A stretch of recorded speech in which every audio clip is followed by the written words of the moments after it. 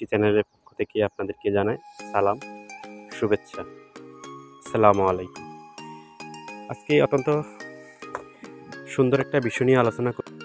প্রত্যেকটা বিষয়ে আসলে অনেক যত্ন এবং সুন্দরভাবে আমরা উপস্থাপন করার চেষ্টা করি। তো আপনাদের এইসব বিভিন্ন ছাদ বাগানি এবং যারা মাঠ ফসল করে তাদের জন্য এই ভিডিওটা। তো মনোযোগ সহকারে, আর যারা আমার চ্যানেলে নতুন অবশ্যই আমার চ্যানেলটি সাবস্ক্রাইব করে দিবেন এবং অল নোটিফিকেশনে ক্লিক করে দিবেন। এতে আমি নতুন ভিডিও আপলোড করলে পেয়ে যাবেন এবং নতুন নতুন ভিডিও আপলোড সহ পাবো। তো যাই হোক, কথা না বলে শুরু করা যাক। আমার সামনে যেটা দেখতে পাচ্ছেন এটা একটা মিষ্টি জলপাই। তো এটার আলহামদুলিল্লাহ দেখেন আপনাদের সামনে প্রচুর পরিমাণ ফুল আসছে, প্রত্যেকটি ডগায় ডগায় ফুল। এই যে দেখেন, আলহামদুলিল্লাহ, আল্লাহর শুকরিয়া, প্রচুর পরিমাণ ফুল। তো এই প্রচুর পরিমাণ ফুল যতটুকু দেখেন, আসলে যদি সঠিক পরিচর্যা না করেন তাহলে এই ফুলগুলো টিকবে না। তার এই পরিচর্যার জন্য আপনাকে কিছু গাছের ট্রিটমেন্ট করতে হবে। এই ট্রিটমেন্টটা হচ্ছে, আপনি প্রথমত গাছ ফুল ফোটার আগ পর্যন্ত কীটনাশক এবং ছত্রাকনাশক দিয়ে দিবেন, কারণ পোকামাকড় এবং ছত্রাক থেকে এতে রক্ষা পাবে ফুলগুলা। যদি আপনি কীটনাশক এবং ছত্রাকনাশক না দেন তাহলে এই ফুলগুলা দেখেন, ফুলগুলা বিভিন্ন পোকামাকড়ের আক্রমণে এগুলা খেয়ে ফেলবে, ডগা খেয়ে ফেলবে, অতএব পর্যাপ্ত ফল পাবেন না।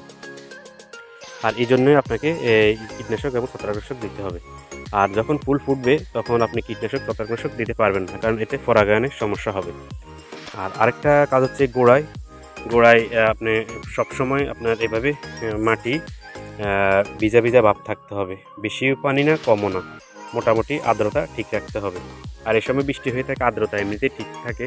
আর যদি চড়া রৌদ্র থাকে তাহলে আপনি গাছটাকে একটু ভিজিয়ে দিতে পারেন এবং গাছে নিচে হালকা পরিমাণ, পর্যাপ্ত পরিমাণ না দিয়ে হালকা পরিমাণ আপনি শুধু গাছের আর্দ্রতা ধরে রাখার জন্য পানি দিতে পারেন। আর যদি বেশি পরিমাণ পানি দেন তাহলে ফুল আপনার ছেড়ে দিবে।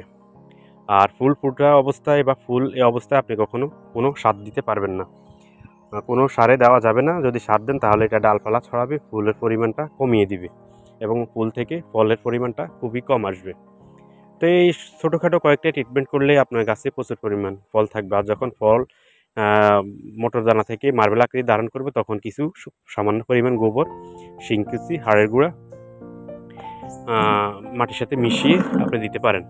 আর যদি আপনার শিংকুচি, হাড়ের গুঁড়া না থাকে তাহলে কোনো সমস্যা নেই, শুধু আপনি ভার্মি কম্পোস্ট অথবা গোবর সার অথবা কেঁচো সার এটা দিয়ে আপনি ব্যবহার করতে পারেন। আর অবশ্যই মাস্ট বি আপনাকে কীটনাশক ছত্রাকনাশকটা 15 দিন অন্তর অন্তর 1 লিটার পানির সাথে 1 থেকে 1.5 ml ব্যবহার করতে হবে।